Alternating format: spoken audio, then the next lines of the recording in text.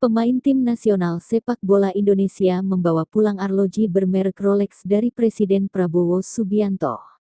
Kepala negara mengundang ofisial dan jajaran pemain timnas Indonesia ke rumahnya di Jalan Kertanegara Nomor 4, Jakarta Selatan untuk makan siang pada Jumat tanggal 6 Juni tahun 2025.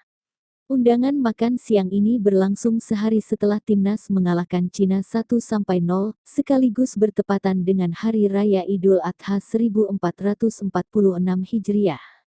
Setelah pertemuan selama lebih kurang 90 menit di rumah pribadi Prabowo itu, para pemain timnas terpantau keluar dengan menenteng paperback atau tas hitam bertuliskan The Time Place, sebuah butik jam tangan mewah multi merek yang beroperasi di Indonesia.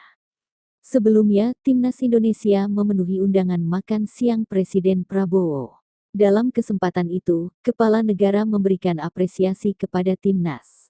Erick Thohir mengatakan bahwa Prabowo memperlakukan jajaran ofisial dan pemain timnas Indonesia sebagai keluarga. Karena itu, kata dia, Prabowo mengundang pasukan Garuda itu untuk makan siang di rumahnya.